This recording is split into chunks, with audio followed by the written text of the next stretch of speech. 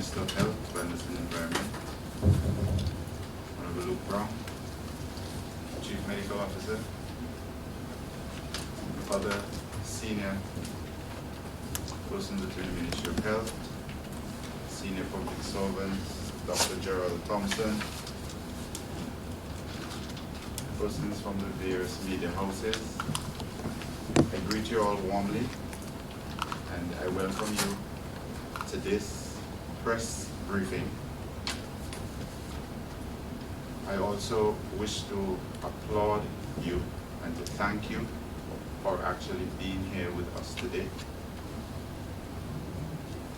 I also want to say to you, if you look around and you see the way in which the room is laid out, it is consistent with what we have been asked in the general public to do, which is to practice physical distancing. Some persons have also chosen to use a face mask. So we are properly prepared for the press briefing this morning. At the head table, we will have both the Honorable Minister of Health and also the Chief Medical Officer, who will make some opening comments.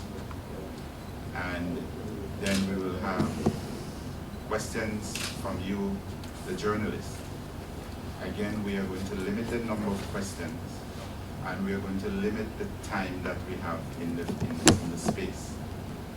Okay? Having said that to you, I will firstly ask our Chief Medical Officer to just give some brief remarks, and then the Minister of Health will come after. Let me just add one more housekeeping, please. Just to note that we have placed a single mic on a chair over here, which we will use for the questions. Persons who have questions will use a single mic. Okay? All right, so just a slight change. I'll have the Minister of Health first, who will make his remarks, and then we can have questions, and the Chief Medical Officer and her team will respond accordingly. Minister.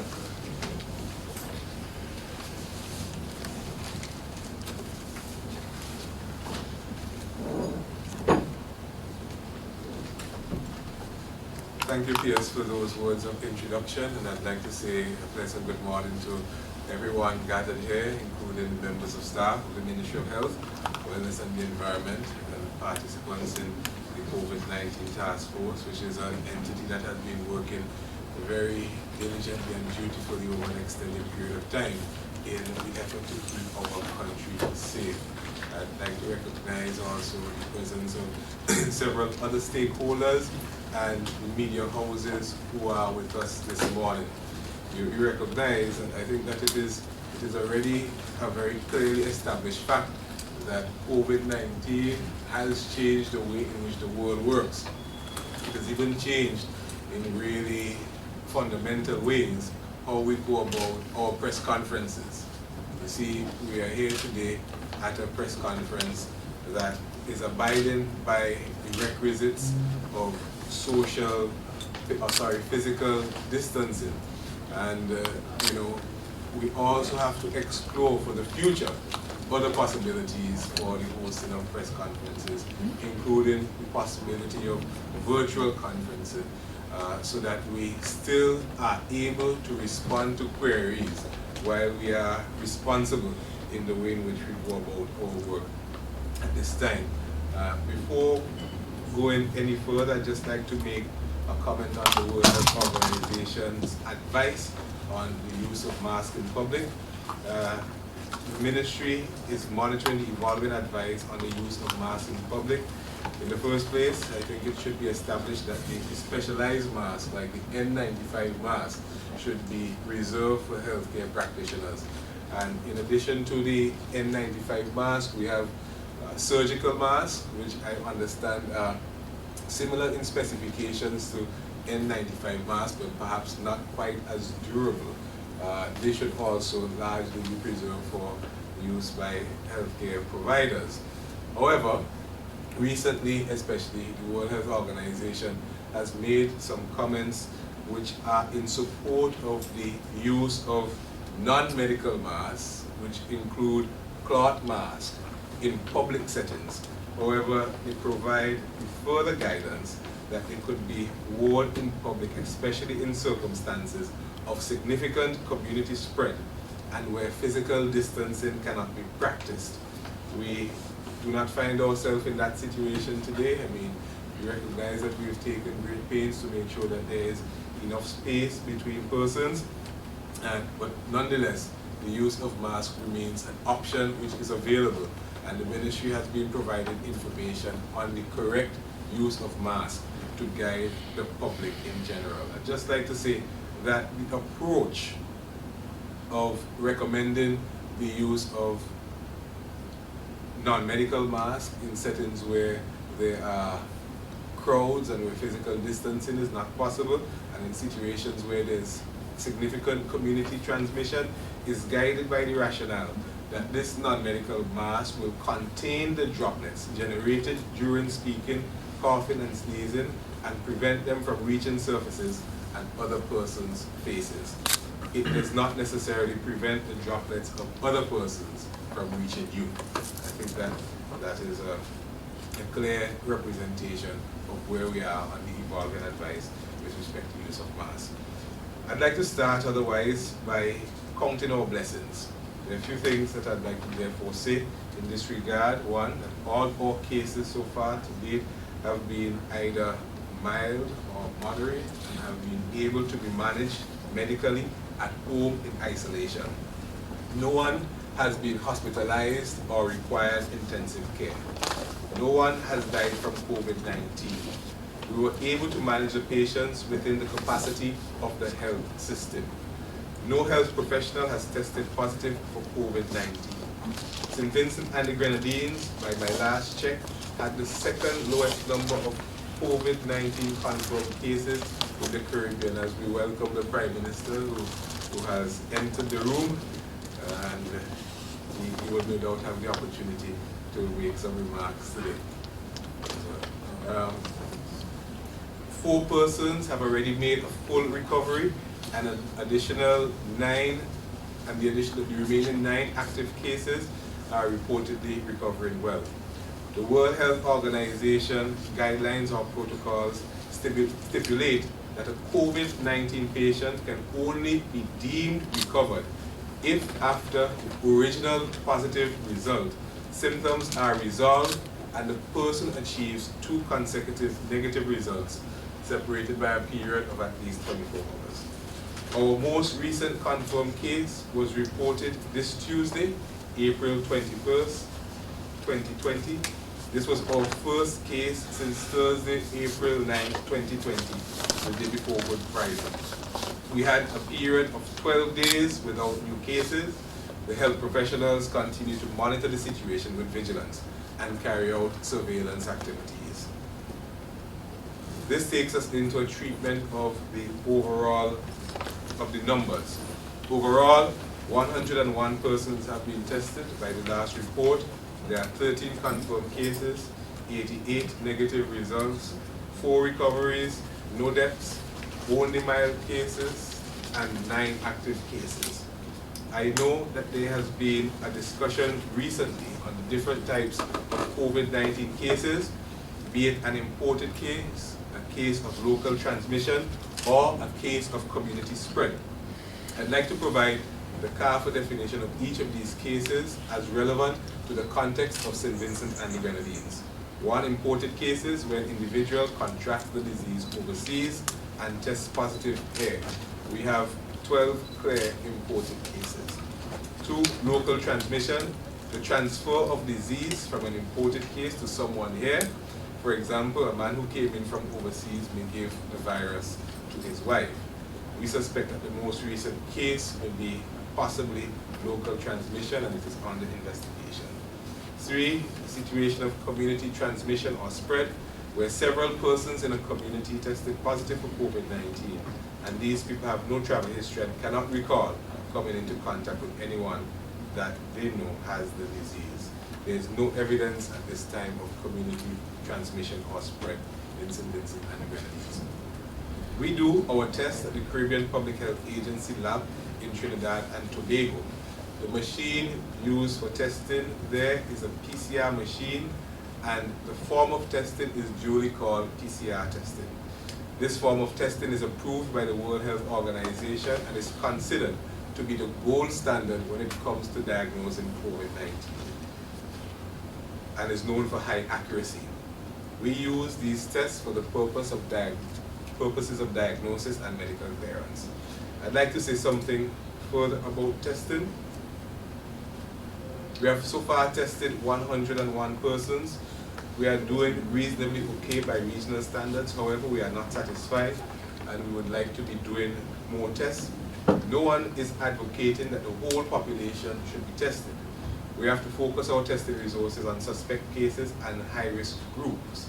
Instead of searching for a needle in a haystack, we should narrow our search to a rigorous investigation of persons who satisfy certain established criteria. And there are many ways in which the risk profile of a particular group may be determined. For instance, we recognize from early testing that a significant number of our cases were linked to a particular place of employment overseas, and we decided that the remaining persons from that group should be tested. And this is one of the successes, I believe, that we've had in terms of surveillance, and it was an important development from the standpoint of containment. Still, we want to make testing as expansive as possible, and we had a positive development along these lines, which suggests that certainly by sometime next week, we might be in a position to have our own machine, our own PCR machine in St. Vincent and the Grenadines, and start testing even after we factor in a period of training. So perhaps within a week's time or so, we would be able to commence testing locally in St. Vincent and the Grenadines if everything goes according to plan. In addition to PCR testing, we are in a position to perform rapid tests. We receive rapid test kits from Venezuela. It is not meant for rapid tests to replace PCR testing. The World Health Organization has not endorsed the use of rapid tests. However, the use of these tests has been approved by regulatory agencies in China and the United Kingdom. Whereas PCR tests check for the virus or antigen itself in the cell, rapid tests check for the presence of antibodies, which the body produces to fight the virus. It takes a while after the onset of the disease for the antibodies to build up to a level that can be detected by a rapid test. A discernible level of antibodies may not appear in the blood for as long as 7 to 20 days post-infection. This means that a rapid test should not be used less than 7 days post the onset of symptoms. However, I'm happy to say before we just launch ourselves full throttle into the use of rapid tests, our lab has been carrying out some verification exercises, and the report came to Cabinet yesterday that the verification exercises show a very good correspondence between the results of PCR testing and the results of the rapid test that we have done. Rapid tests can be used in general screening targeted at certain communities and groups. We can perhaps use them on persons who are being released from quarantine. A rapid test can be positive even after recovery because of the ongoing presence of antibodies, and this suggests that they could be useful in immunity studies to see how many persons in the population have antibodies and are therefore not vulnerable to infection. This kind of information can potentially be useful to countries considering how and when to lift restrictions. We know the limitations of rapid tests. We are keeping their limitations in mind as we set out to use them. However, there are clearly benefits and advantages associated with using the rapid test as a part of a wider testing strategy. To be sure, we will continue to rely on PCR testing for diagnosis and medical clearance. Nonetheless, there are benefits associated with the diversified strategy. We will use and deploy all the weapons in our arsenal in a strategic fashion to protect the health and interests of Vincentians. On the matter of quarantine, I'd like to say that the number of persons in quarantine at the moment is 33, down from the high water mark of something near 500. The majority of people were kept in self-quarantine at home. We saw some areas in which the monitoring of quarantine could be strengthened and improved, and proposals have been made to that effect. We have the benefit of new legislation on the point as well. I saw an article published online by David McTeer of One New St. Vincent.com, in which he said that one of the things that the ministry did well and did right was push for legislation on the subject of quarantine, and that strengthens our hand considerably. Mr. McTeer also gives some recommendations which we are taking into consideration. We also have two facilities for public quarantine.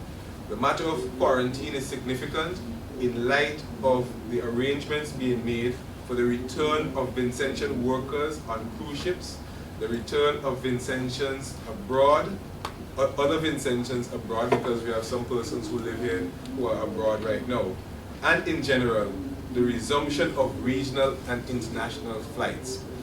The Covid-19 task force has already presented protocols to guide the repatriation of Vincentian cruise ship workers and other Vincentians who are in foreign countries. The safe transfer of these persons is a massive operation that has to be carefully managed. I'd like to give special thanks to the Royal St. Vincent and the Grenadines Police Force for all its support with respect to quarantine enforcement.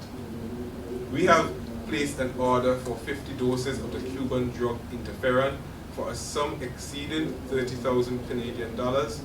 We are hoping to get this item in hand by next week so that it could be applied to treatment. Our stock locally here will be augmented by stocks available through the OECS Pharmaceutical Procurement Services. We are hoping to open the isolation center in Argyle fully by, say, Monday next week.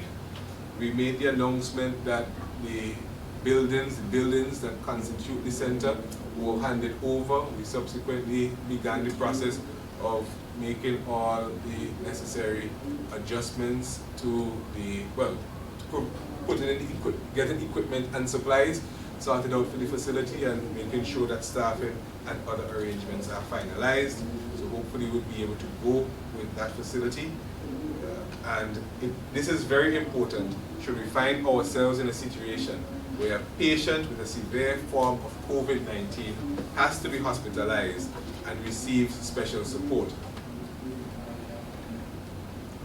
You would remember that the staff for this isolation center will consist of the Cuban Brigade and a local complement of health professionals and ancillary workers.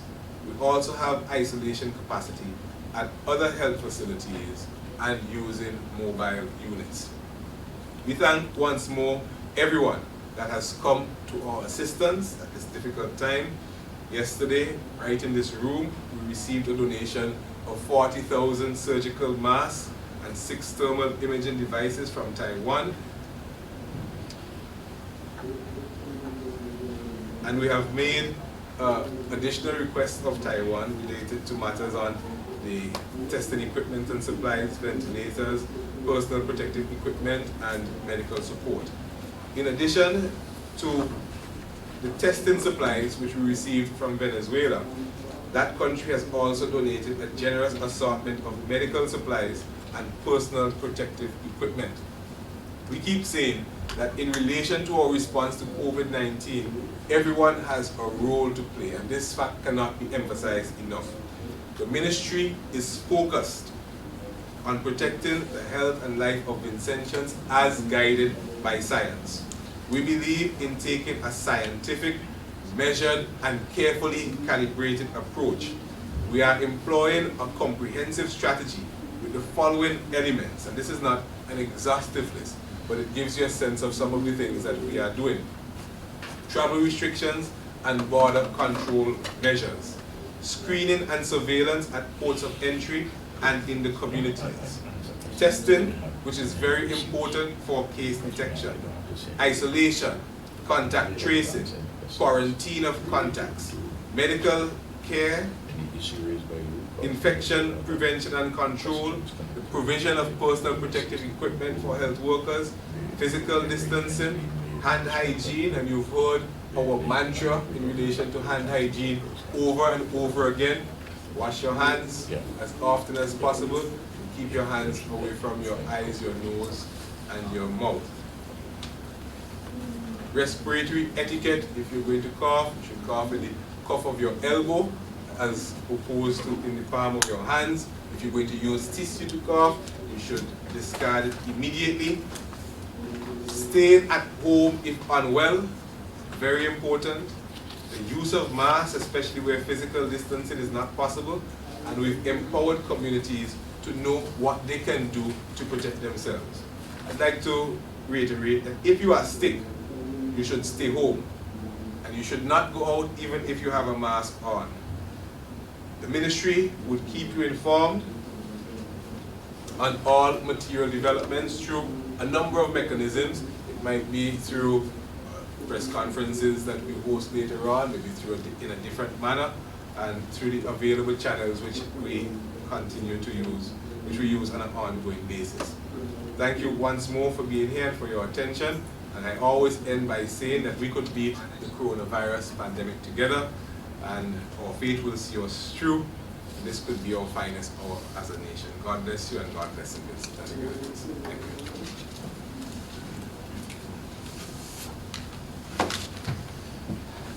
Thank you very much, Minister.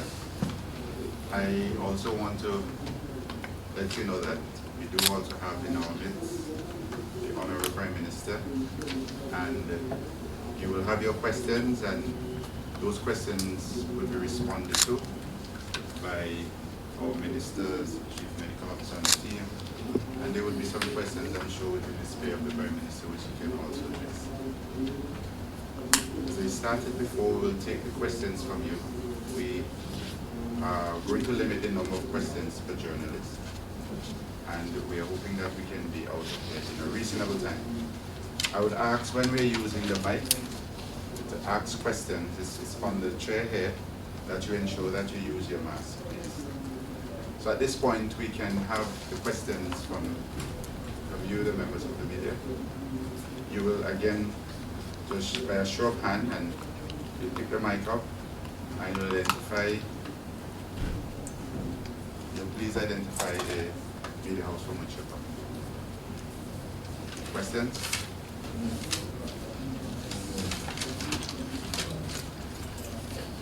Again, you'll identify yourself. Good morning. My name is Robertson Henry, representing Caribbean News Global. That one is the minister or Mrs. Yes. Okay, question. One, why has the Ministry of Health not issued an advisory for the compulsory use of masks by police officers, bus conductors and drivers, vendors and staff of supermarkets? That's the only question you have? Okay. And maybe the PM might want to comment on this one. What are the plans, along with CARICOM, to collectively institute relaxation of the various measures the various governments have taken so far?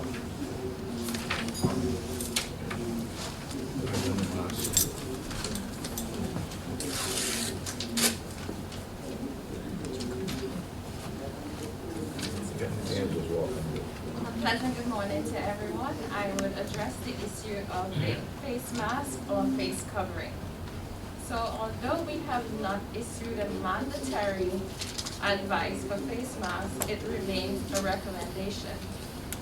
While Minister was speaking, he did mention that when or if there is community spread, then that advisory would be made mandatory. So For now, it would remain a recommendation. If you go out in public, that you all wear face coverings. It can be fabric, with or without. And of course, we must know that using face masks or face coverings, that is not the only way for protection. We must maintain all of the other measures given, such as hand hygiene, physical distancing, and all of cough etiquette, etc. Thank you. Thank you, Dr. Davey, and the Honorable Prime Minister will respond to the second question.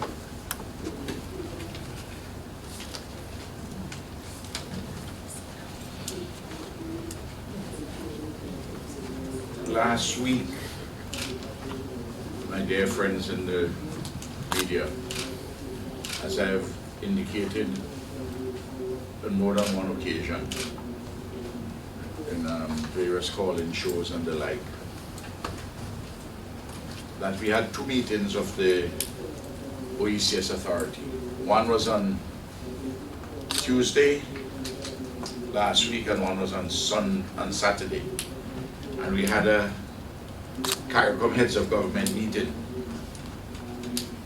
These meetings discussed various aspects of our response currently to COVID-19, addressed the economic and recovery aspects, and specifically in relation to the question that Robertson Henry asked about the coordination of resumption to normalcy or a new normalcy, that there was an agreement in principle with the OECS heads that we should, as far as practicable, coordinate, knowing that there are differences between each country and each extant condition.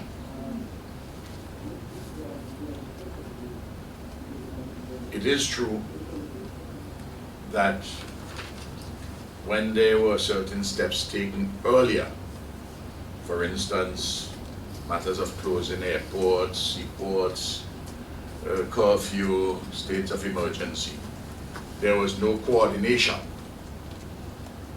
In some cases, there was no information in advance shared. Some cases you will get some, and other cases you sort of got the information after the deed was done. But there was an agreement and a determination to coordinate as far as practicable. I mean, look, let's take a sector like the tourism sector. If you're going to open hotels, it makes sense for the various countries to try and coordinate as best as possible, because you'll have to link with the airlines, those which are coming out particularly from the main source markets. That's one example, but there are others too. Look, you may recall when I made my speech to the nation on the 25th of March, I said we are faced with a monumental challenge with 4 interconnected dimensions: health, economic, social, and security. I didn't intend when I said that for health, economic, social, and security to become an acronym. I noticed that the OECS authority has it and call it the HES dimensions of the monumental challenge: health, economic, social, and security. But you will notice that all of these dimensions, more and more, governments have been talking about, and the need for greater coordination. 2 days ago in Jamaica, the Prime Minister spoke to Parliament about, Prime Minister of Jamaica, about a conspiracy of chaos being taken advantage of, or the criminals involved in a conspiracy of chaos. Now there's a slow realization by many persons of the security dimensions, but it is real, and those of us who are in the business and have been around for a long time, I knew that that was going to be something which is going to emerge very seriously. I just want, from a policy standpoint, to say this in relation to the question asked about the masks. The political directorate had requested from the Ministry of Health officials, those who have the competence to address these matters, to provide recommendation, advisory, as the case may be, relating to the wearing of masks, and to, very importantly, for the education of persons in relation to masks. I was advised that the ordinary cloth masks, that it doesn't really protect you, the wearer, as such, but the person, the other person. And very much so if you're in closer contact where you can't have any requisite physical distancing as far as reasonably practicable.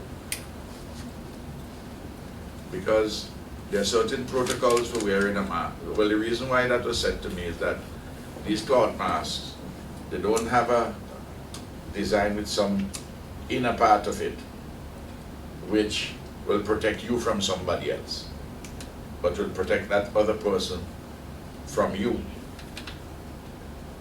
And that the wearer of the mask has to be very careful. And I'm saying this what I was told, and I've tried to read up on it. If you're wearing a mask, it seems that you're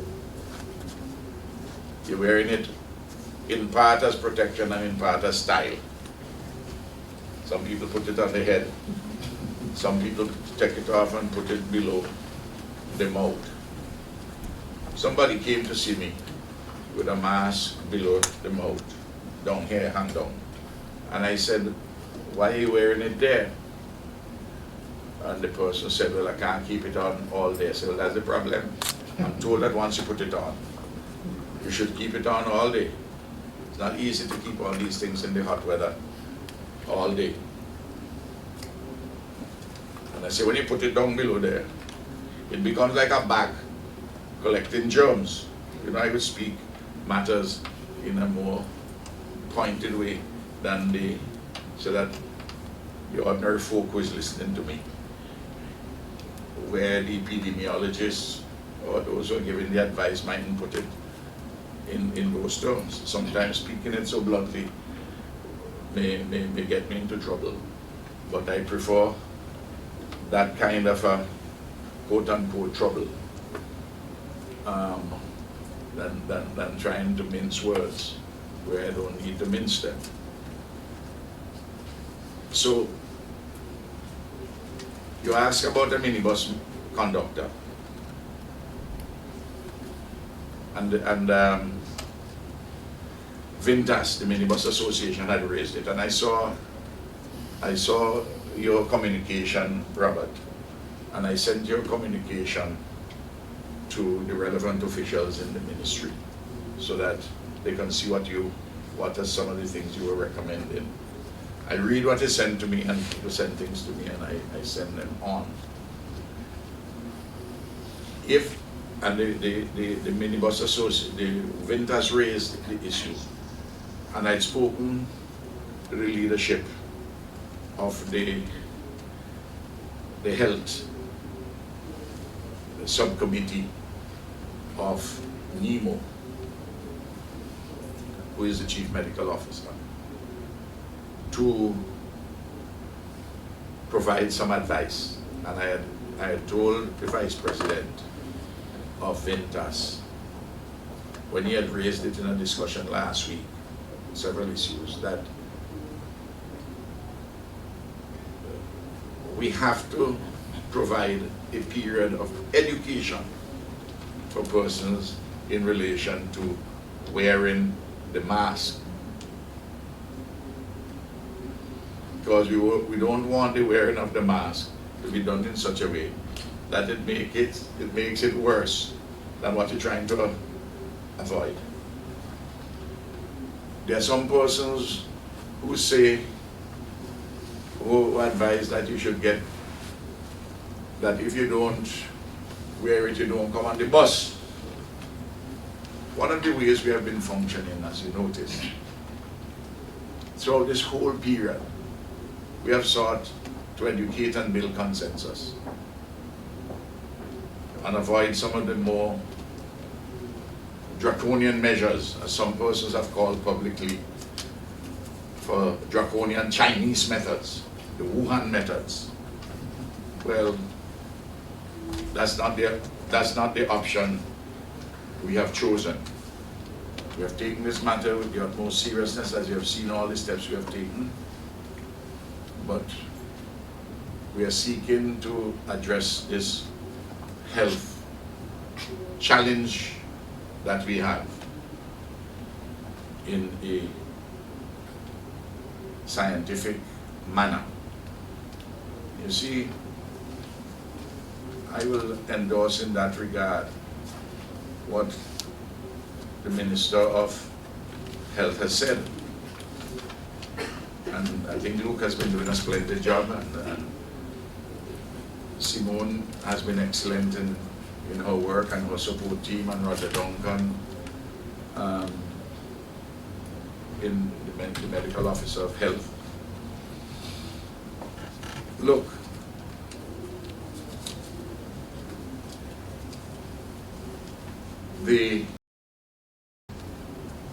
Dr. Michael Ryan of the World Health Organization Emergencies Program said to us the end of March in a press release, a press conference.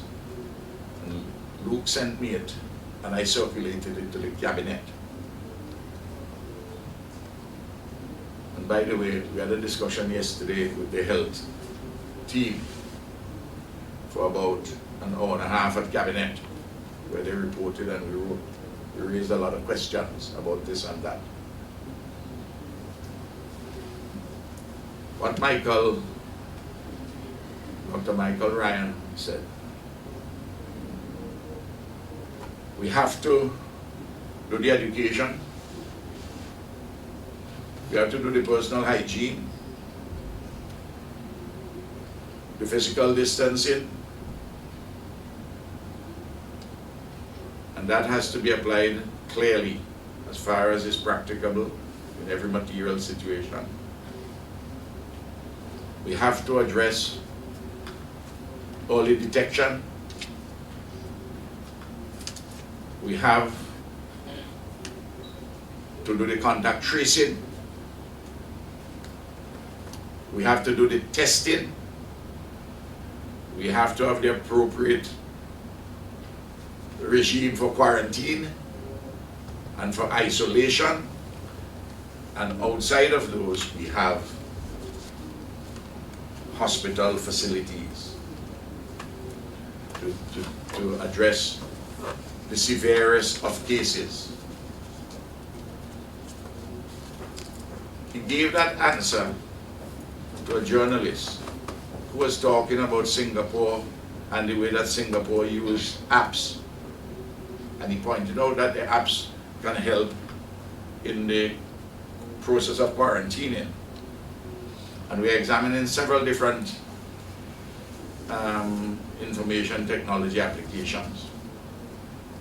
But he made the point that nothing beats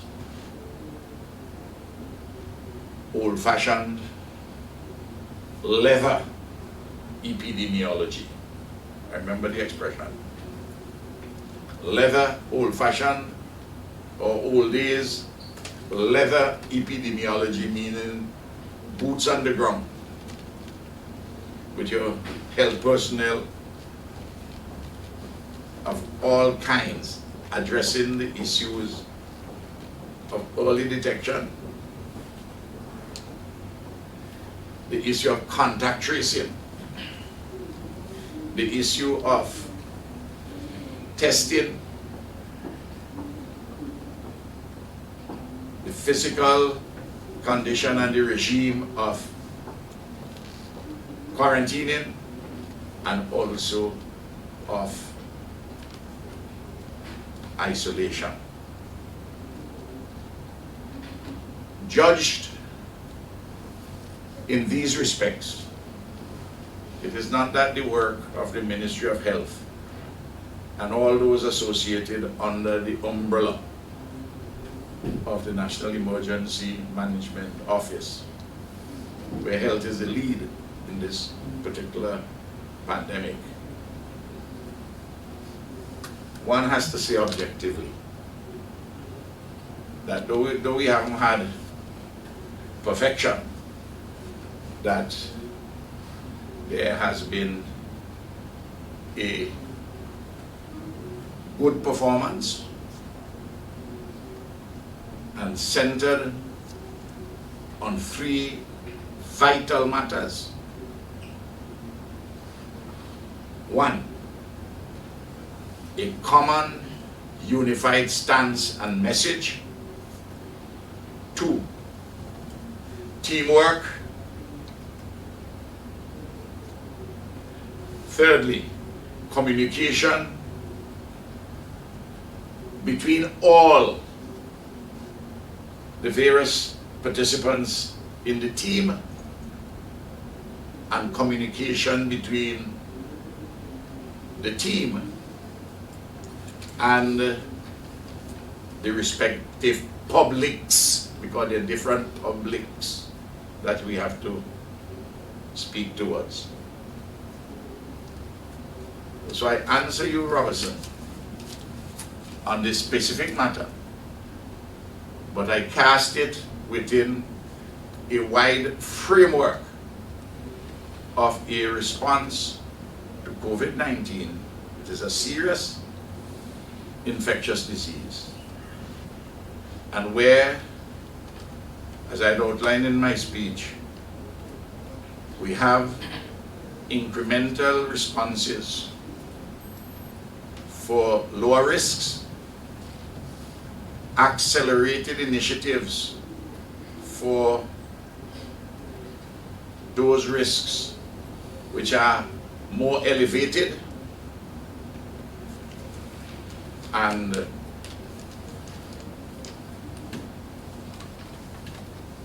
we will act with all the urgency that is required in every single situation. Mindful of the fact that COVID-19, though a serious illness, serious pandemic, is not a death sentence, that we mustn't stigmatize people with it. We mustn't panic. We mustn't get involved in hysteria. And that the way I, as the chair of the National Emergency Management Council, upon the advice of all the professionals, the image in my head of this, as you get some images, some metaphors from several countries, and you hear some leaders talk about it, also in the region, that this is like a mountain, Are we at the top of the mountain? Are we coming down the side of the mountain into a valley? I don't see it as just one mountain. I see it as a mountain range. You'll go to the top of one mountain in the word of Luke and statisticians, you flatten the curve and you're coming down. But when you come down into the valley, as you're opening up, there are going to be more cases. And even without opening up, you're going to have more cases, but not every case which comes that we must begin to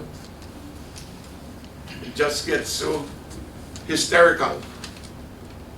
We just look at all what is happening and how it is being addressed.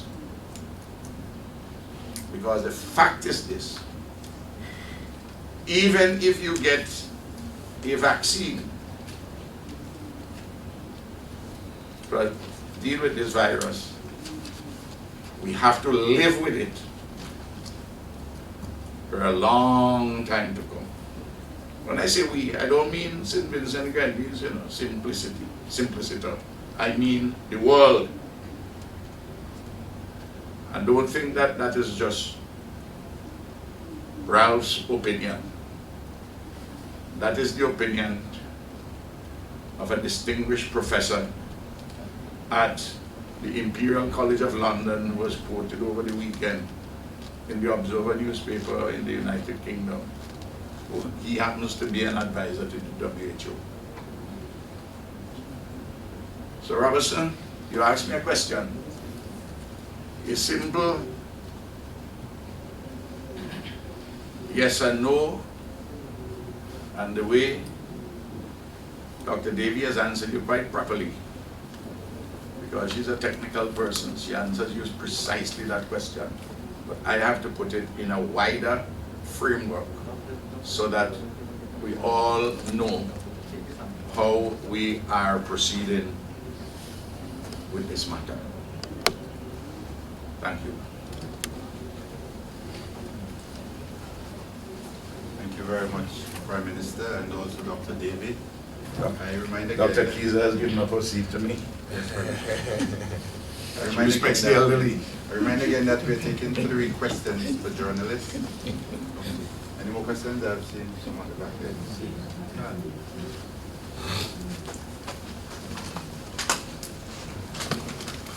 Okay, good morning, Larissa Kidd, SWTV News. This might be for the health minister.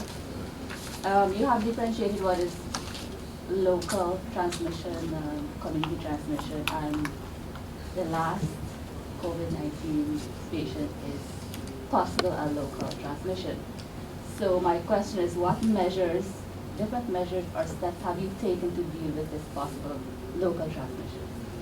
My second question is, how many persons have been contacted and traced from the last patient? And the third would be, what medication, if any, is administered to the COVID-19 patients? Since 4, have been recovered. Thank you for your 3 questions. You can go to it. Good morning, everybody.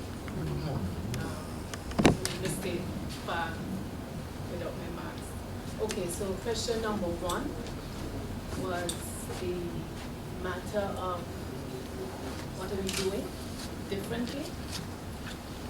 So every case involves contact tracing, and this is even more important in this situation. Contact tracing, I'm not sure if you all understand, is where we interview, we go into the communities, we speak with the individual, we speak with those persons around them, and it becomes sort of a widening circle as you attempt to identify.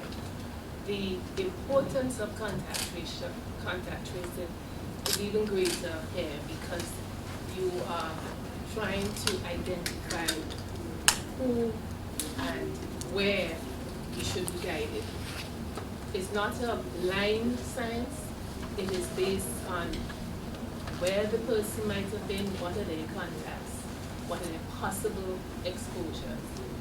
Even as we do that, and even before this, strategy in terms of surveillance has been looking for any cases wherever they might be in St. Vincent.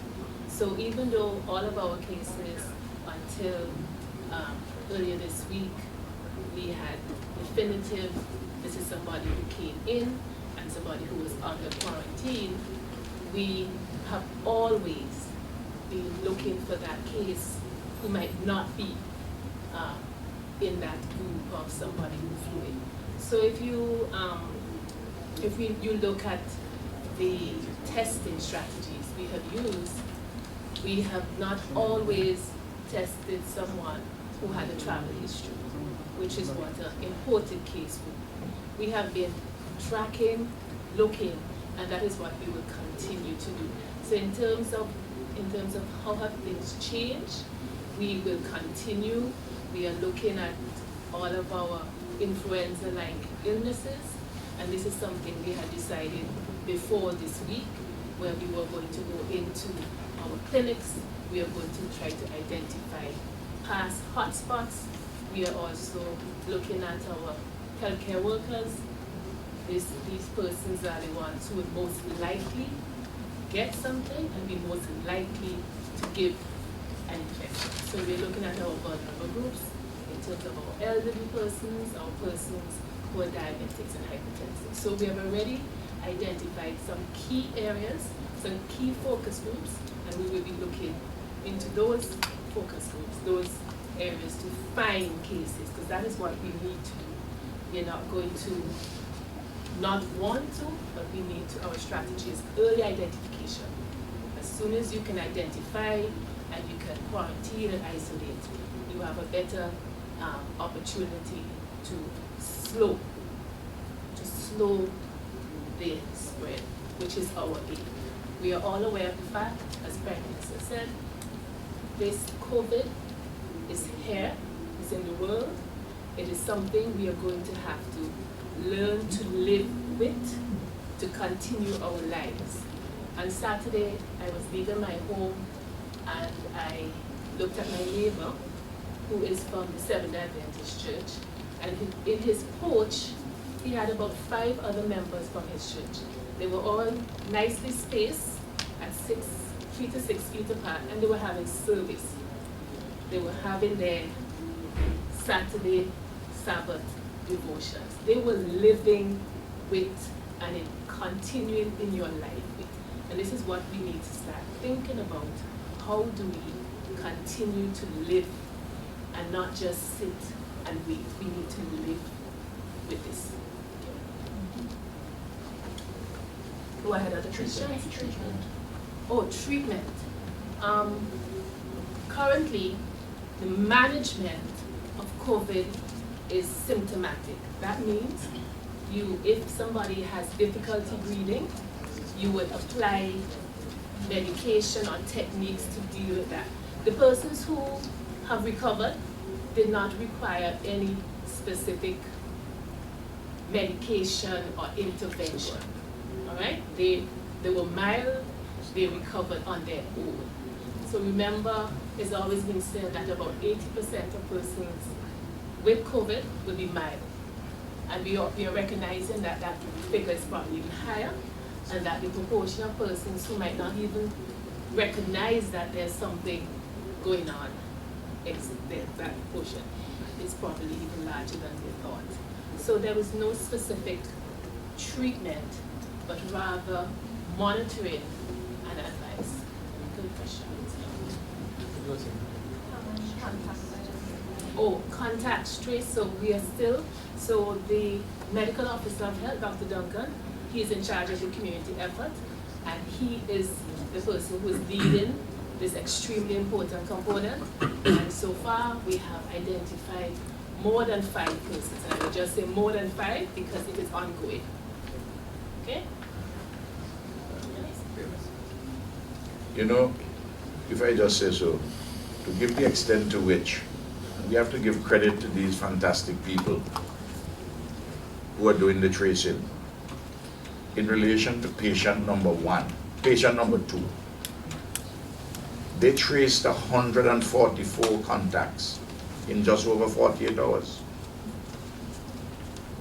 They traced, as I'm saying, about 144 contacts in about 48 hours, just over 48 hours. That's a remarkable thing. That's what I call, that's why when Dr. Ryan of WHO had spoken about old-fashioned leather epidemiology, that is a fine example of it. And when they slip up, as they would now and again, I'm just asking for everybody to just be reasonable. Let's apply right reason, because they're doing heroic work. That's my observation. Heroic work in the absence of draconian Wuhan measures. Thank you very much, Chief Medical Officer, Prime Minister. Before I ask Kenton, I just want to remind us all again, health is indeed a shared responsibility, so we all have our own individual responsibility. Okay, Mr. Chance, I saw your hand.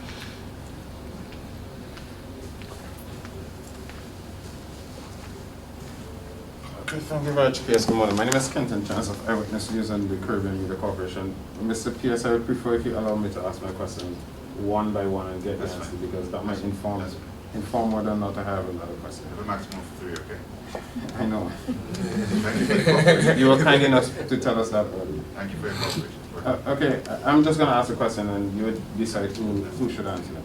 Is there any evidence so far that case number 13 had close contact or interaction with a known or suspected case of COVID-19 in St. Vincent and the Grenadines? As we go through the process of contact tracing, we also have to remember in terms of confidentiality.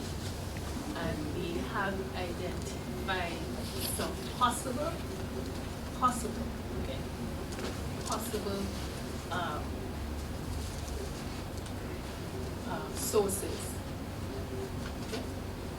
I would say that we have identified some possible sources, but until we have more definitive, even as you recognize that sometimes you never will have a specific source, a clearly identified source, we have identified some possible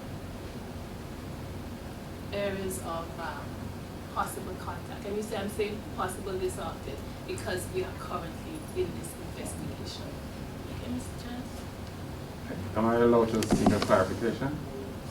Yeah. When you say possible, do you mean possible confirmed COVID-19 cases? We are investigating possible cases. Okay? As you would understand, we do lots of testing. Okay, thanks. Is or was there a health worker in quarantine or isolation as a result of his or her on-the-job interaction with a suspected or confirmed case of COVID-19? Okay, so our normal, and you will find this under the CDC regulations and the WHO regulations and recommendations in terms of protecting your healthcare workers. So if someone has seen a patient, depending on their level of exposure, so if somebody saw a patient and they had on the N95 mask, or if somebody saw a patient without having a mask on, different variations, once we determine that someone is a suspect, we immediately put those healthcare workers into quarantine until we have evidence of it being, yes, somebody who is confirmed, and even at that point, even if we have somebody who, depending on when the test is taken, because remember you can do a test at 5 days and you not register a positive result. But if your suspicion is strong, you might want to continue the quarantine for that person until you have another test. So our policy is that we need to protect our healthcare workers. Once we have a suspicion, while we await the testing from CAFA, we put those healthcare workers in quarantine depending on their level of exposure, which would have to do with if somebody was fully in their PPE when they came into contact with someone, that person is thought of as not having as great contact or exposure as somebody who say did not have on their mask. So is that a yes or no? We have had at least, how many persons we have tested? We have tested 101 persons. Some of those persons interacted directly with our healthcare professionals, and so yes, those persons would have been protected. Thank you. And the final question, this is a public health, it also has an economic element of it. In the context of COVID-19, what are the public health benefits of shorter opening hours for, let's say, banks and fish markets? And if I could elaborate, you have banks cutting down their opening hours from 9 to 12, at a time when we're having physical distancing, it takes more time to process, to do transactions.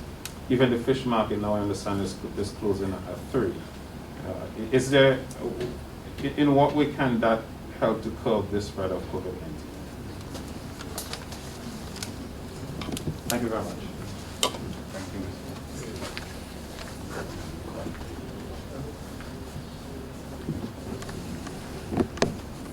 you. We in the government, we are entirely opposed to the shortening of hours at the bank. In fact, the Minister of Finance has explicitly indicated, as far as I personally know, to at least one bank, and I've been advised that not necessarily the Minister of Finance, but other officials in the Ministry of Finance have said, look, just like what Kenton asked about what sense does it make, you know? And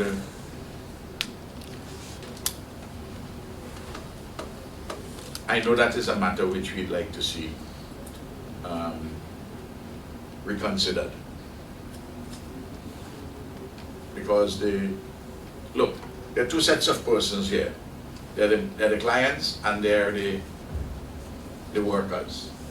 And I think that they're all kind of balancing what they're trying to do.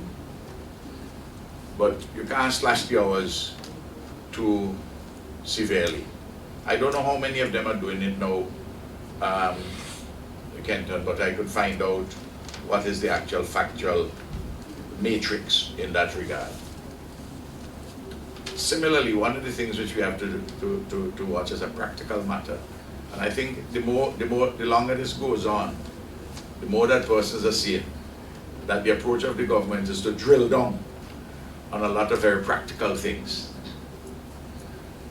As I say, not to use a chainsaw where a scalpel might be more appropriate.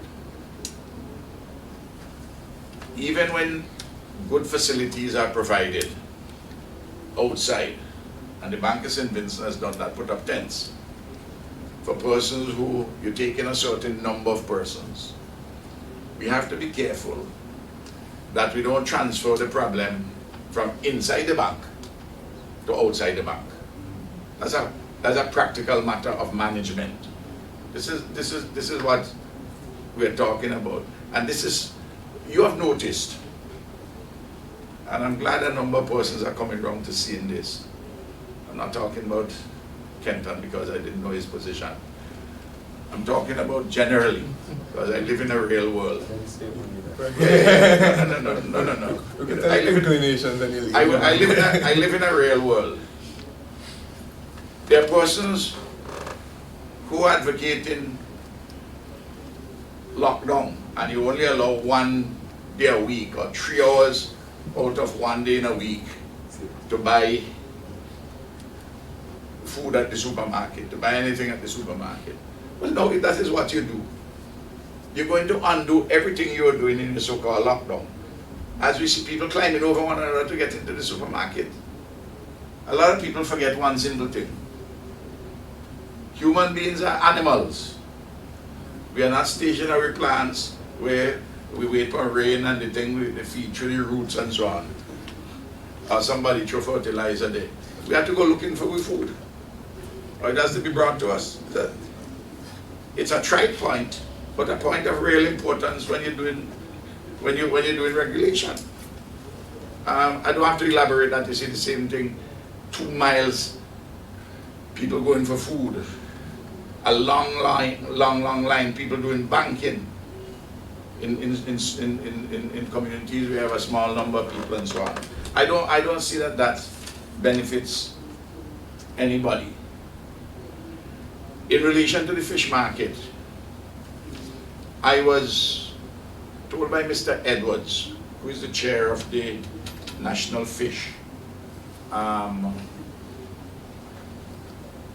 Marketing Company, and he asked to get my blessing for them to close a little earlier, I think an hour earlier.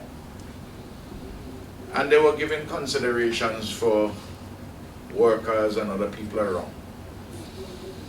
And there, Kenton, it's a question of balance. How many more persons are going to come? Is it, if it's going to cause a lot of jamming up in the remaining hours. But I think if you start early in the morning, 8 o'clock, and you'll go until 3, I think that should be enough time. Except, of course, if the boats were to come in a little later, then you may have a challenge. But those are things, I must tell you, I'm on the same wavelength with you with that. That these things, you try something, you might then amend it. But we have to provide reasonable service for persons. And it's the same point I've been making in a different context.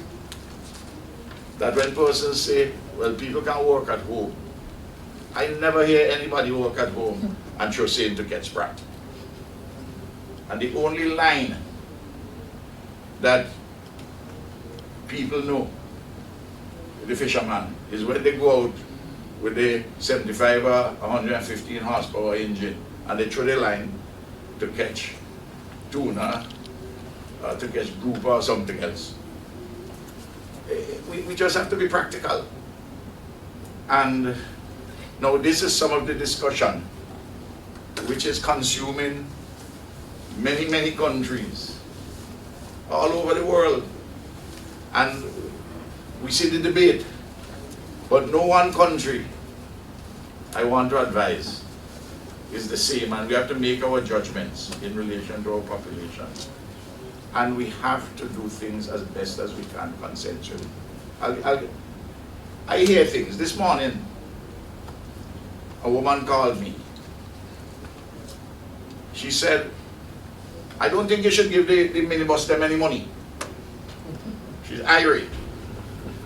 I say, why must I not give the minibus any money? You say, well, several of them taking up more than the 9 passengers. And you should pass a special law to deal with them. And even those who are going on the bus, if they go on and more than 9 days, they should charge them too. And I simply pause and I say, okay, we're going to charge and lock up normal law-abiding people who you're asking them in a short period of time to change their behavior in a matter, as the chief medical officer has said, that we have to learn to live with this as life, living, and production go on. We have to get a big buy-in by everybody in what we are doing. And sometimes, when I may appear reluctant, as one newspaper editor remarked several weeks ago, to pull a particular lever which he feels that I don't know which lever that was, but the point is this, just an abstract lever perhaps, for me to pull. The thing is this, I have to gauge, and I believe that I'm a pretty good judge of the mood of people and where they're going. You remember after the patient number 2, when the whole place went into hysteria, where I must have been, for a few days, I must have been the most unpopular and uncaring person in the voice of some people who are going on radio. They curse me no end, and I know it. And person would ask me, how you feel about that? I say, well, I'm listening to them, but they're wrong. And as a leader, I have to see further and clearer than them. Otherwise, I'm not leading. But I have to bring them along, because I alone can't live in this society. It's an interesting dynamic. It's a complicated business. So Kenton, you ask me a question, I answer you specifically, but you notice the net in which I put it. Because it's always important to get an appreciation as to how the issue is conceptualized. Otherwise, we can have individual answers, but we don't get the truth of the whole story unless we get the context. And while I'm saying this, and I don't know if anybody would ask this, I want to say, you know, I speak just now with great pride about the medical services, those who have been dealing with COVID.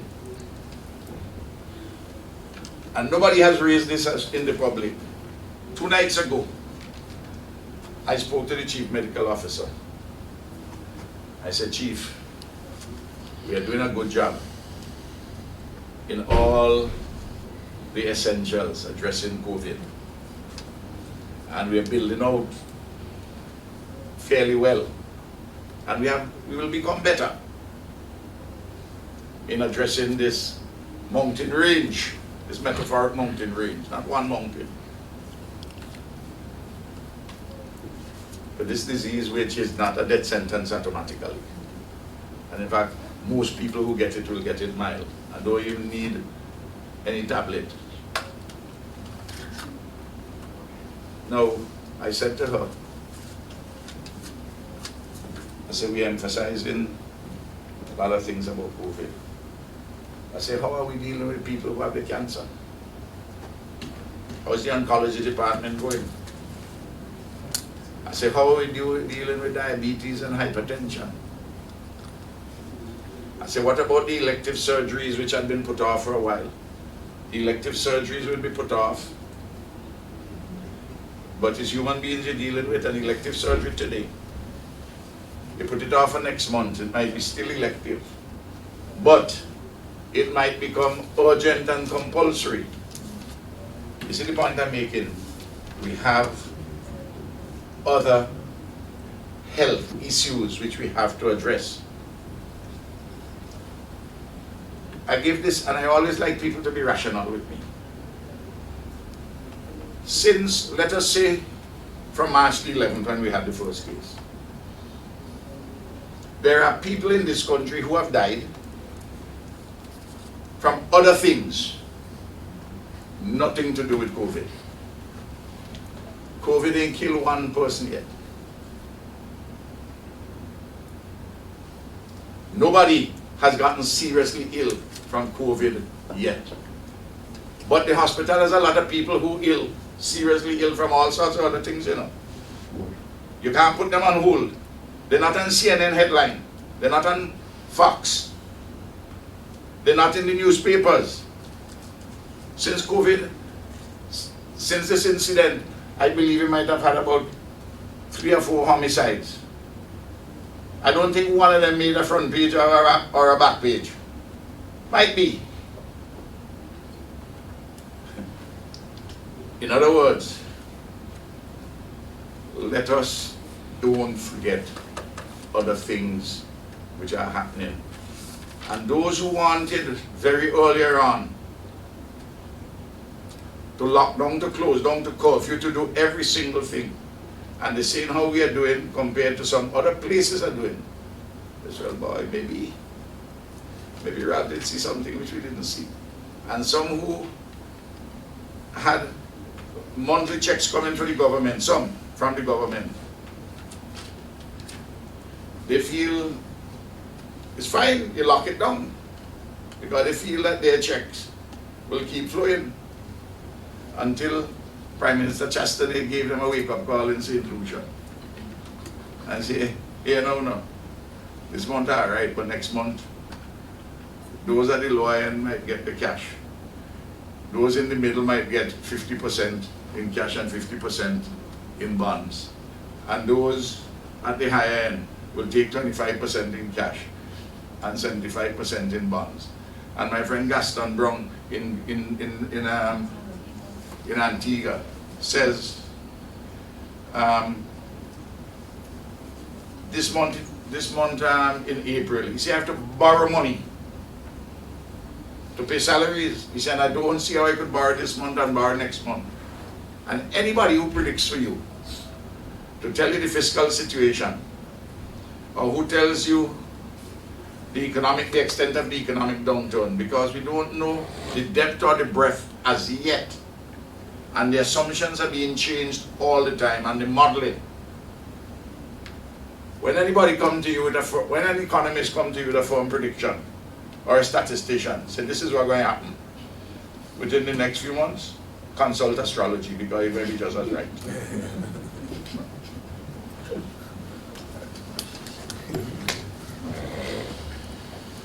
Astrology. Thank you very much, Prime Minister and CMO.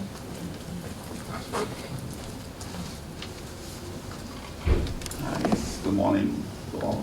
Ashford Peters, the News and the Caribbean Independent Broadcasting Service. I have 3 questions. Was a big service, Caribbean Independent Broadcasting Service? Yes. It's a big one. No, I just want to find out. Yes. I have 2 questions, 3 questions, sorry. 2 I'll direct to the Chief Medical Officer, and perhaps Prime Minister, you can answer the third one. Maybe in the same way that Kenton did it, maybe one after the other. So I'll direct the first 2 to the Chief Medical Officer. Yeah, go ahead. Okay, yes. The first one,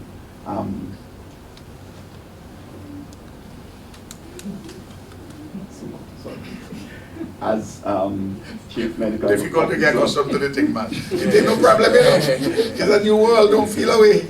As Chief Medical Officer, have you at any time advised that the borders be closed, or advised that there be any curfew condition imposed? And if not, why not?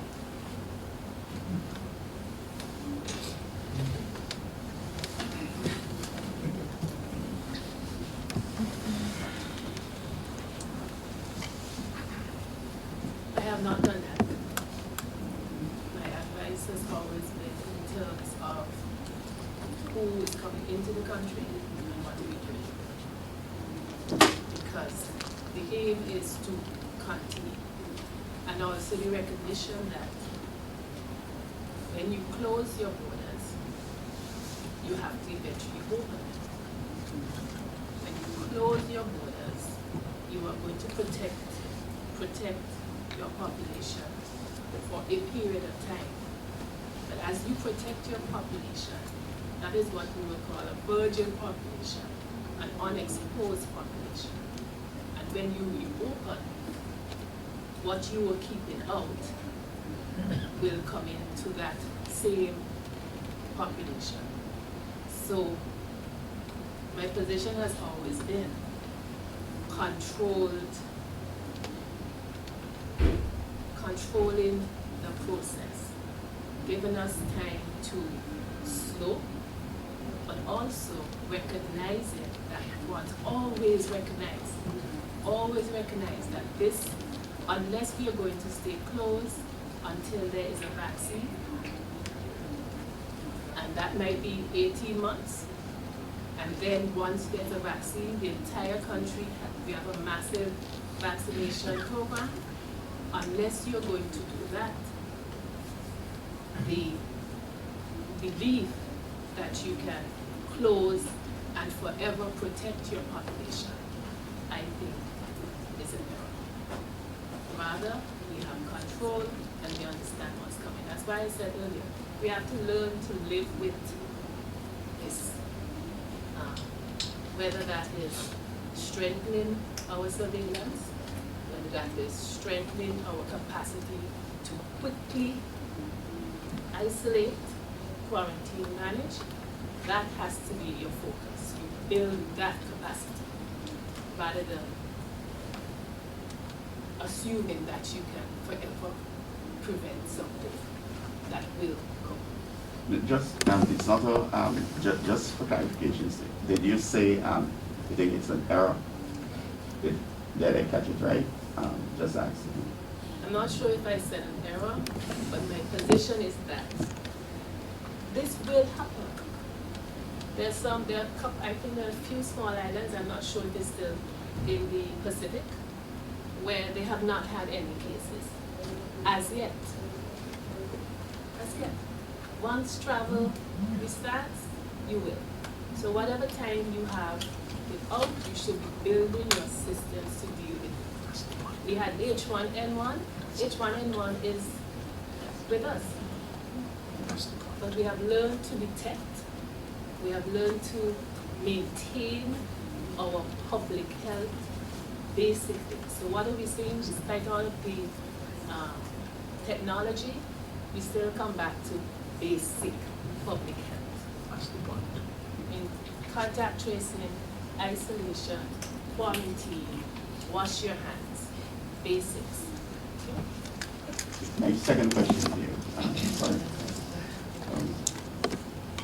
And it has to do with ventilators. How many ventilators do we have currently, and how much would be a safe minimum, so to speak, to have in this situation? Okay, so currently we have, if you look at ventilators, between 6 to 7 pure, but we also have other machines that can be used, anesthetic machines that can be used. But we have ordered 24. We anticipate looking at the history in other countries. And that's the other important thing we need to look at. Right now we are basing our estimates on other countries in terms of how a disease process takes place in other situations. One of the things that was mentioned in the whole briefing that took place recently was the importance, no, not PARIS, sorry, UWI, University of the West Indies Mona campus, had a seminar on Sunday on COVID, and the importance of vitamin D was brought up. Dr. Thompson can speak about that in terms of it being an immune booster protector. And we get vitamin D in this area, whereas in some other climates and other countries, the vitamin D dosage might be less. And so you can't just pick up the disease pattern, the disease spread, the dynamics, what happened in the disease somewhere else, and place it here. We have said that before. So coming back to the numbers of ventilators, we have ordered 24 to add to our existing capacity, but still we come back to basics again, and persons in community health, primary health care would always tell you prevention is better than cure. So if we identify persons very early on and work to prevent the progression to where you would need to use a ventilator, that has to be our okay? Thank you. So the question is to Prime Minister.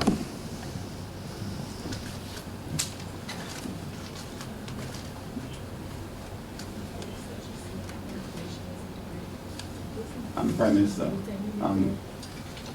food security as a component of the overall national security. Are you satisfied that St. Vincent and the Grenadines has not just enough food to satisfy the population, but the quantity and quality and the quality and food that would be affordable to those, especially like the diabetics and so forth. Yes. If before I answer you specifically, if from a broad conception again as to how we as the policymakers receive the wisdom from the technical people and apply our heart to wisdom. There are some persons, when you read what's happening all over the world, they think that dealing with COVID-19 is a matter of suppression.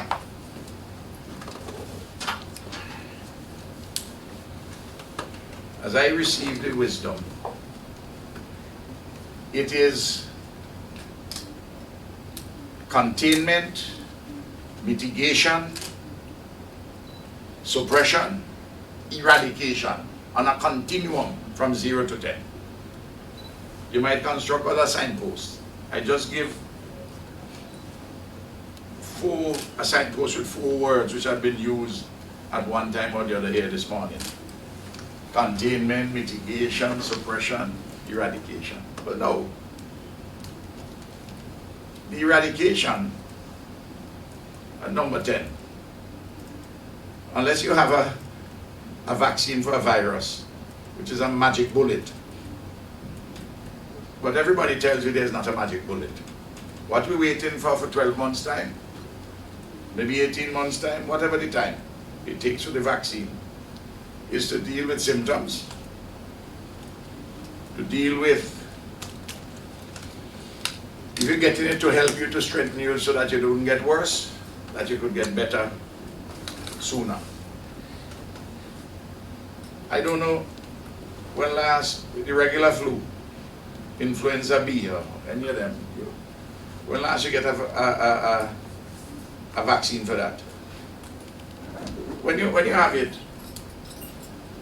you take some things and it helps you to ease up with your runny nose and your runny eye. I'm talking to the people out there who are listening to me, you know. I'm not I'm taking the wisdom and I'm speaking it as I get it. And I listen to them very carefully. And when they say certain things, I go and read up. So I could, next time when I talk to them, I could ask them more intelligent questions. So,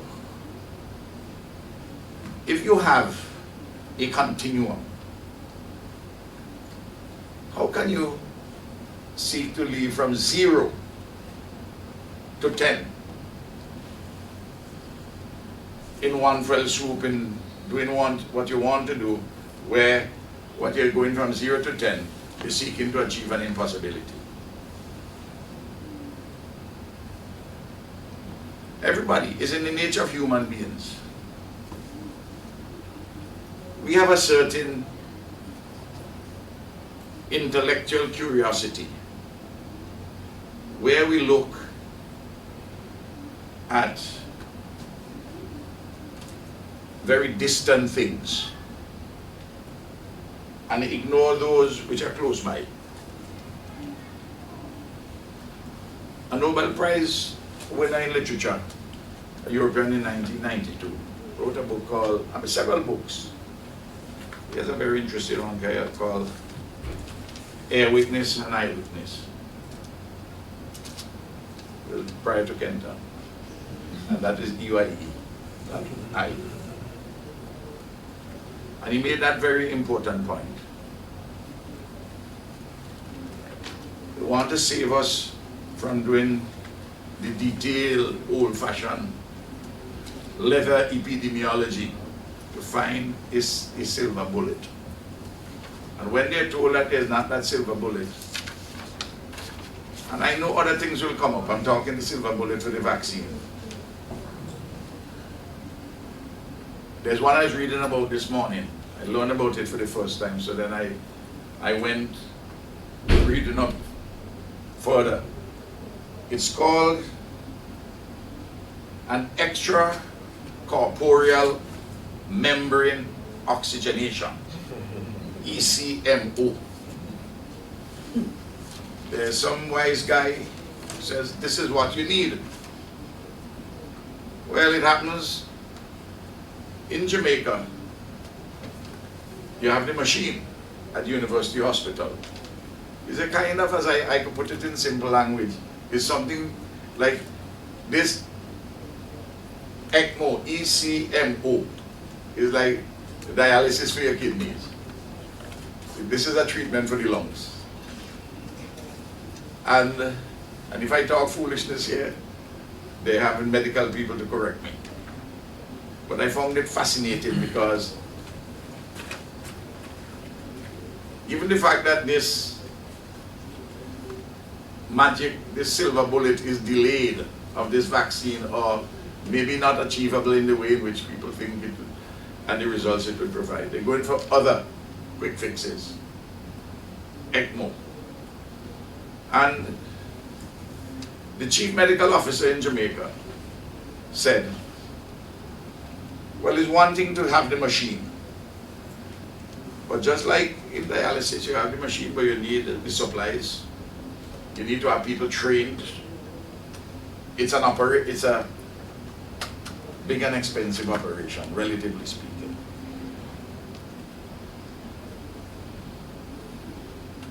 Look, we come back to basics. Good old-fashioned leather epidemiology. So I say that generally in relation again to our understanding as policymakers. And by the way, I follow the advice of the people in the science. Even at a personal level. The morning when Patty Warren funeral, after I discussed a matter with the chief medical officer, she said, Prime Minister, I want to give you a piece of advice. She said, no, I want to give you an advisory from the chief medical officer to the Prime Minister. This advisory is mandatory. You attend no more funerals until I tell you so. I said, all right. She explained the basis. I accept it. Okay. We have a lot of food in St. Vincent and the Grenadines. But we can't have the food if we lock up the fishermen them in the house and the farmers. You ever in your life grow cattle or sheep or goat? When they're on the land, you know, you had to leave to go and change them, you know. And if you don't go and change them, they're going to get very hungry. And they're going to try and go to the furthest end of their rope. And they'll climb over, they will see a little bit of grass below the hillside, down the other side. They're going over there and they're going to use the language, the ordinary language. They're going to hang. So you have to go and see about the animals. Men who own these animals and who take care of them. The only thing they take care better of is their children. They are very loving to their animals because they know they have to feed them and care for them properly. The problem we have now is that there's a lot of spoilage of food because the supermarkets are not selling as much. The hotels are closed. We just opening back the market with Barbados, and the market to Trinidad is not quite what it has been hitherto, though they get in those markets are open. And we just, yesterday Sabota presented to Cabinet, everybody. I had everybody present every ministry present what they're doing in relation to the security, the safety net, strengthening for COVID, what those in the economic recovery doing, stimulus, everybody, all the ministries, as reflected in the supplementary estimates and supplementary appropriation bill. And right now, we have $800,000 to spend on hundreds of, well, they're going to the thousands because hundreds in some cases, most when you add them up, for calves, sheep, goats, piglets, and they're identifying people in the country where we could buy them from. And they're preparing a list of farmers whom we're going to give them to. There's an ongoing livestock program, you know. If I give you a heifer, in some time in the next few years, the ministry wants back one. We ain't charging you. You see what I mean? And you might get two. So you always have something for yourself if you give back one at a particular time. You have a program like that. And then they give other people and so on and so forth. Same thing happened with the goat and the sheep then. So we are addressing that. Yesterday and this morning, over $500,000 is being being paid to the root farmers and to the root workers. Imagine a small geographic area. Yesterday evening and this morning, $500,000. Imagine the joy up there. And we also we have in stock the root starch, and we are buying starch to distribute and we're putting that in order. Same thing, the farmer support company, the money going up there. What happened with the prime, the non-prime money is the 500 persons to go social development. They putting that list together. We're getting the interim payment. The NIS monies, those from the government for the tourism people and the taxi men and women and the 40 cruisers, land cruisers, we had to do something for the water taxi men. There's a group whom we didn't include, which I told the Ministry of Finance yesterday, that they have to include vendors, itinerant vendors, you know, the suffering. So I have to make sure that everybody gets something. So trying to fix up everybody. All of those reports came in. But I want, something has happened and I haven't seen any report on it. We're praising the farmers and the fishermen and women, the fisher folk, people involved in everything, and people in the medical field. Luke praised the police force, very good, they're doing a good job. But two Vincentian companies in the news recently. Did it strike you as strange that it took a Vincentian airline to take the Trinidad passengers, the Trinidadians, the elderly persons who were in Barbados, to be taken to Trinidad? One Caribbean, remember when One Caribbean started and they have the ambition to do this, to do that? You know the number of people who postcard at them? You remember? I just want to roll back your mind. The stone that they build, they reject, has become the head cornerstone. Cali go and pick them up, you know. By the time They go to Liat for Liat to get themselves together because Liat on a lockdown. It was quick for them for one Caribbean. The students who coming out, who want to come out of Jamaica, those who want to come out of Cuba, the families talking to one Caribbean, you know, but to go to Cuba, they might have to stop in Dominican Republic to go on their way, you know, refuel and so on. Interesting. So that's one. That's in the air. There's a vessel which got burned, and we provided all the supports for them, and they can tell you when they purchased the new vessel, Gemstar. I'm not getting involved with things with me and my friend, Keith, Dr. Keith Mitchell. As I said in my letter, they water under the bridge. But the authorities agreed to open the port in Caribou and also in Grenada. Gussie, Dorothy, Gemstar, took down flour, took down animal feed, took down water, took down wine. In fact, it's almost biblical. Flour, water, and wine. It's the kind of thing you find in the Old Testament. That was taken. Wrong provision too.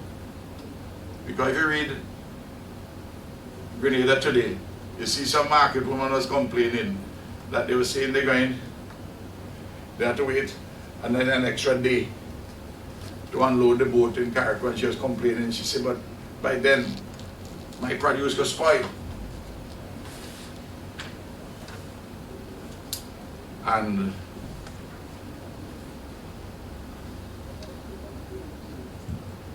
you know, there's something to be said, my brother, for that which is structured and organized. Whether in the air or on water. Thank you.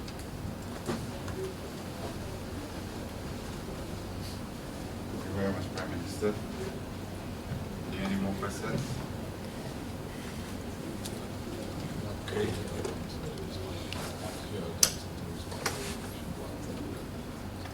You almost follow closely what is happening with the, we made lots of pronouncements about people overseas to come back. Now Luke mentioned some of that. But So there are a few questions which came in via WhatsApp. And we're going to ask Dr. Thompson just to provide a brief response to these first. Should I use that or? No, you can hello this morning, I never know about that in my life. But when Yes, President, good morning. Apparently, there, in terms of the technology, 3 questions have been submitted by Extreme Radio. And the questions focus mainly on the medications that are available. Number 1, have we begun the administering of interferon as part of the treatment or full treatment or of positive cases? If so, what is the effectiveness? 3, that's 2 and 2 and 3, there are reports out of Jamaica, the use of the drug interferon, they have rejected it. Has any stance been taken by the Ministry of Health and Wellness and Environment in this regard? Does this affect us? I suppose Luke may ask me to get involved with this, is that I recall having been involved in the use of interferon back in the early 90s, you know, and interferon actually is one of the recognized treatment of a number of different viruses, hepatitis C and so forth. I think they're referring to one of the formulations of interferon called interferon alpha 2B, which goes by the name of Hebron, which has been developed in Cuba and is one of the products that is being offered for interferon. Matter of fact, they have, we've had some arrangements with regards to the supply of service in the Grenadines. Now, there's currently a major study that's underway. It's called the Solidarity Study. And it involves a number of different universities and hospitals around the world, in the United States, in Europe, in a number of different places. And they're looking at what are the different medications that are being used. The first question asks, have we started using it in the case of any positive cases? Well, all of the positive cases that we've had have been either, well, have been very mild. And there's no need to use any sort of medication in a mild case. So with that question, have we started using any interferon? What is its effectiveness? Well, the Solidarity Study is going to give us a lot more information. Now, let me say interferon is typically, I believe, to be used in combination with some other medication. And the trials are going to show exactly what is the best methodology of using it, how it, whether you give it as an injectable or you give it as a kind of an aerosol through a ventilator or various other means. And they're trying all these different things. I think the only early results of the Solidarity Study, which really shouldn't be out, because is that one of those medications being recommended, the anti-malaria medication, does not seem to be as effective and may be causing certain complications in terms of heart arrhythmias and so forth. Viruses are difficult things to treat, and one shouldn't reject these things too early. We have to wait until the full results of the Solidarity Study emerge, and to see how basically, I think we'll learn from it. In the meantime, I would say we should be grateful and thankful to the Lord that none of our positive cases have been severe or sufficiently severe that they would require any sort of even mechanical ventilation or the admission to an isolation center or medication of any sort. And we should hope that that does not really happen. But in the meantime, I'm pretty sure that we would be very grateful if we have a supply of options, and the provision of alpha interferon from Cuba is going to add to the armamentarium of medication one would have available to choose from. And based on the various results of this Solidarity trial being done around the world, we'll have much better ideas as regards how best to use it, if to use it in the standard fashion or if there are other measures and so that can be taken place. So I think with that, I just wanted to add.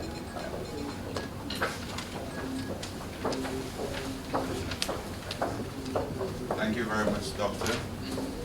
And I think we have come to the close of our press briefing this morning. Again, I want to thank you all, and the Minister for bringing us the featured address, the Prime Minister for also taking questions, Chief Medical Officer, our President, and for answering questions, Dr. Davey, and all of us who are here, Dr. Thompson, thank you very much as well. You, the members of the media, we want to thank you for being here and for cooperating with our physical spacing. And we will come to you again in the future to give further updates on the COVID-19 pandemic. Thank you very much.